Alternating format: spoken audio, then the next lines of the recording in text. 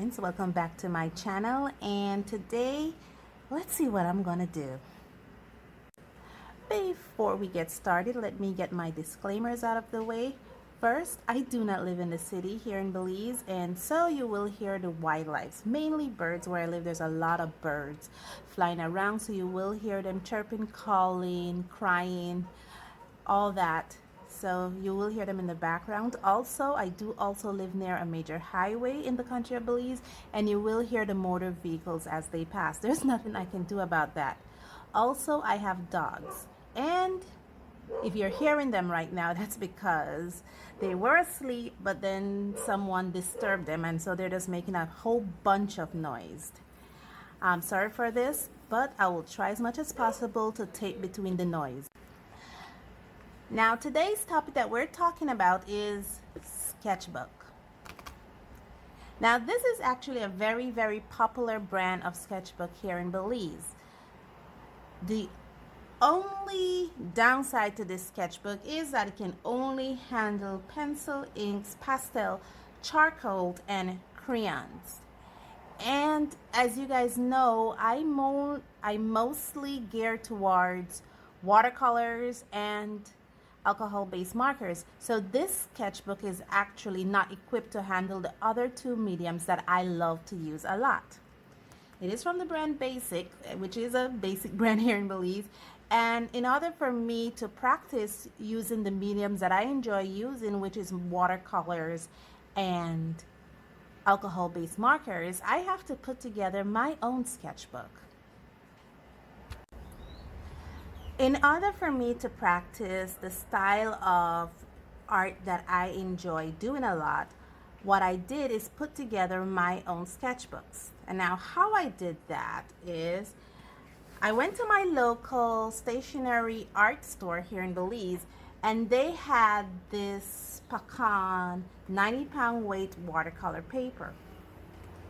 And what I did with this watercolor paper is that I cut it down into squares. Well, it's already a rectangle, but I actually cut it down into 4 pieces, and I made a watercolor sketchbook out of it that I could use every day. They also had this Stylex drawing carton, and this drawing carton is actually very ideal to handle not only pencil drawings and ink drawings, but it can also handle markers excellently. There is only one downside to it when it handles alcohol-based markers, is that it does do a bleed through, but if you would put back into it, no problem. It does handle alcohol-based markers excellently. The paper doesn't tear, wither, anything under alcohol. And so I cut this down also and turned it into sketchbook. Now let's see how I did that. Okay, well, it's kind of a rainy day and you will hear the thundering in the background, but I'll try as much as possible to videotape while thundering. And this here was the first sketchbook I put together. Now it says mixed media on it, but it's actually, I used the Pacon watercolor paper that I introduced to you earlier. And how I did it is that I drew, I believe this is on Bristol board, and I cut it out and I just stick it on the cover, and the cover is actually back into the watercolor paper pad, and it was the first one I put together. And this is where I did my day-to-day drawings as I improved in art. And because it's a watercolor paper, it can handle watercolor. And it was so good that I did a second one. And again, this is where I put all my watercolor drawings. I also use it like a traveling journal whenever I travel, especially for work. I will take this along with me. It's a great way to fill time while traveling. And also the Stylex drawing carton, I put that together. And as you can see, this is where I have all my coloring pencil and alcohol-based marker. Again, I put a little illustration on the front, and these are stickers that I found here in Belize. I cannot say exactly the stores where I found these stickers. Also here, just stickers that I accumulated over the years, and I decided to use them on my sketchbook. So now we're reaching almost to the end of both of these sketchbooks. They're just a few pages, maybe 10 or so pages away from completing these two, because again, I do use these on a regular basis. I try as much as possible to preserve the Artista sketchbook that I have and the Touch New marker paper that I have, because those sketchbooks I actually have to import in. So these are the ones I actually do most of my practice in, and they're almost reaching their end. So now it's time for me to get new sketchbooks. And let's see what I did. Okay, I've already cut down the Stylex drawing carton down to size, and instead of, let's use this one. Instead of drawing it on Bristol board and cutting the shape out and gluing it on the cover of the sketchbook, this is actually the backing to the Stylex drawing carton, and this is what I've been saying. You just put a little leaflet to kind of stop it, and it works fine. But also what I did is I used transparent tape to kind of make like a waterproof seal for the cover of these sketchbooks. And I decided this time, instead of drawing on a separate piece of Bristol board, I will test my artistic skills now, because I have evolved, as you can see, in my artistic style and abilities, to see how good I am drawing directly onto the covers.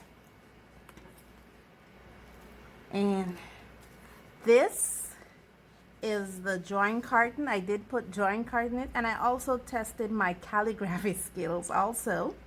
And I have my avatar there. I cut this into 40 sheets as I have here, and I did sign onto it. I think it's really nice. And instead of I'll probably use the book like this instead of use it horizontally. I'll probably see how I could use it vertically. There was also this new type of drawing paper at my local stationery and art supply store, and it's actually called Stylex drawing paper, and it's a little thicker paper than is in the actual basic sketchbook. So I believe this is one paper pad, and I cut it down into 4 squares, or into 4, and I was able to produce 2 small sketchbooks. And I did put the type of paper that is in here, which is drawing paper, and I have 45 sheets in here. And also, this also is drawing paper, and I have my avatar in there, and I put 52 sheets in here. So now the time has come to redesign my watercolor paper, my daily watercolor paper pad, and that's what we're gonna do today. Okay, so I have my watercolor paper pad from Pacon all cut up and sized, and I have my clip here to hold it together before I take it to the local stationery store for spiral binding, because as you notice, most of them are spiral bind. And I do that at the local stationery store. So before I take it to the local stationery store for spiral binding, I want to see what I could design. And now I am at a crossroad, because on one hand, I want to use the Prismacolor Premier Color pencils, but on the other hand, I want to use these, which is the Milan Fluoglass markers. Now these markers are amazing. The only downside to these markers is that these markers are designed to write on non-permeable surfaces. So basically it's ideal to write on plastic, on metal tins, on glass, but it's not designed to write on paper. But I did try to write on this hard cardstock here, bound, and this is how it came out. It came out beautifully, and I do enjoy using it because it's very opaque and it's very bright. So I'm really at a crossroad whether I want to use this to use these to design my watercolor paper pad, or I want to use the Prismacolor Premier. So let me see how I'm gonna tackle this debacle. Okay, so after a coin toss, and you guys, I couldn't do the coin toss on camera, I end up thinking that I want to challenge myself and use the Milan Fluoglass on this paper. Now, the Milan Fluoglass is a water-based, water-soluble ink marker that when first purchased, it's kind of like the Posca pens because you actually have to shake it really good. Well, you shake it with the cover on. You shake it really good, and then you have to pump it until the ink comes out. And this actually has a chisel nib. So it's not a really pointy nib, but you can get fine lines with these. And I have in my sketchbook here what kind of lines you can get with the Milan Fluoglass paper. So you can get fine lines with these, as you can see, and very thick lines. So the nib is actually very versatile. Okay, now that I've introduced to you my art medium, and as you can see, I do have my pencil, of course my Stabilo 0.7. I have my Milan Technique. I also have my Pigment Liners and my Milan Tri-Jet, and I also have the Uniball Signo White and a gel pen that I also bought from AliExpress. And I also have my projector and a kneadable eraser. So I think I'm all set up to design my cover of my sketchbook. Well, the cover of my sketchbook.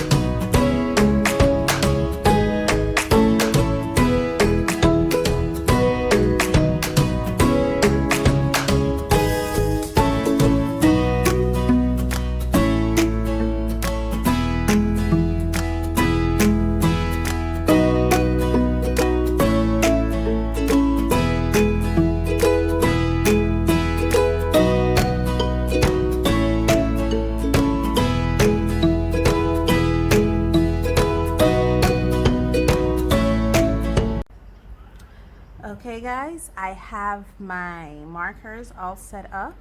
I am using my Ohuhu markers for this illustration, and that's because I do not want me or my little birdie here to be all bright. Now, if you did see my last week's video, you saw this little birdie, this little toucan. Toucan is actually the national bird here in Belize, and I was thinking over the past few months that I really want to create another character beside my avatar. And for the cultural proverb video, I made a little toucan for to be my little companion in the thumbnail for that video, and so I decided to adopt my little toucan to be my other character that I created. Now, I don't have a name for my toucan, but if you do have a little name for my little toucan, just put it below and we can make a vote of it. I'll see how I could do that. I'm not sure how I could do voting and polling on YouTube, but I will see how I could do that, and just put a little name what you want me to call my little toucan. So now let's go into the coloring of this illustration.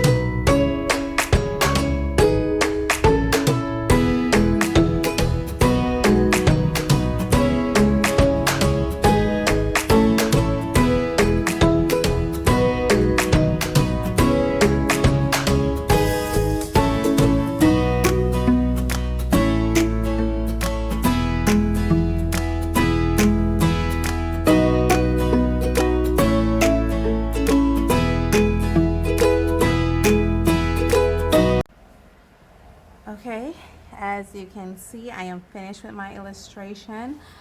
I do need to explain what was going on. I know you guys saw me with this little sheet here. This is actually a backing from an art supply that I got, a plastic backing. And the reason why this little sheet was very important when I used these Milan Fluoglass is because this particular type of covering carton absorbed alcohol-based markers, and it also absorbed these Milan Fluors. Apart from its ability to absorb the medium that I place on it, it also, these Milan Fluor eat the paper a lot. And that's because it's water-based and water-soluble, and we all know water-based and water-soluble markers tend to do that. And so that's the reason why you saw me trying to take off the fibers from off the tip of the marker, because it tend to eat the paper a lot. There's still some little some little bits and bits left in the color, but I just think it adds character to the illustration. Because it eats the paper a lot, it also tends to clog the nibs a little bit. So, and that's why this became very important, because this just reactivate the nib, and because this is a surface these markers are made to go on, it just made it very much easier to work with. Okay, I am finished redesigning the covers of my new day-to-day sketchbooks, and the only thing left now is the spiral bound. Thank you so much for joining me on this journey, and I'll see you in the next one. Bye.